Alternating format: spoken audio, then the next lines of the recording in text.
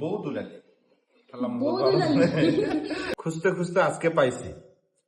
তো যদিও ভাই আমার একটা দুর্বল গাছ, তারপরেও নিচ্ছি এই গাছটা এখন সুন্দর।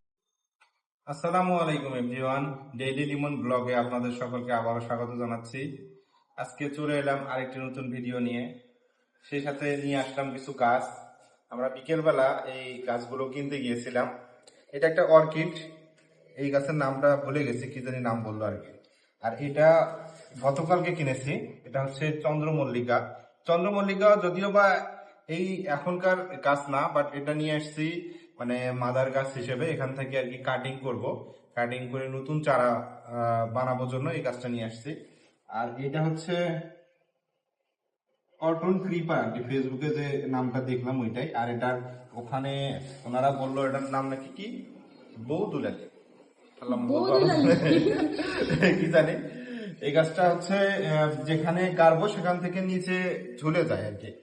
বউ দুলালির সাথে জামাই দুলালি। সেজন্য এটা নিছি। এটাতে এটা থেকেও কাটিং করে আমরা গাছ বানাতে পারবো। আচ্ছা, এই গাছটা কি দীপাই কে আছে নাকি? মনে হয় এটাই, না এটা না, যেটা নিতে ধরছিল সেটা। আর এই যে একটা মানে এই পুর্তলিকার সাদাটা এত রেয়ার, খুঁজতে খুঁজতে আজকে পাইছি। তো যদিও ভাই আমার একটা দুর্বল গাছ, তারপরেও নিচ্ছি এই গাছটা এখন সুন্দরভাবে লাগায়া এই গাছটা আর কি বংশ বিস্তার করা লাগবে।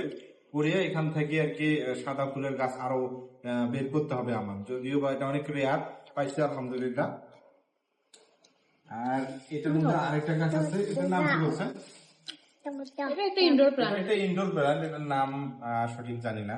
এটা আমার গাছ। তো এই হচ্ছে আজকের গাছ। ইনশাল্লাহ এই গাছগুলো সবগুলোই কালকে আমরা রোপণ করবো।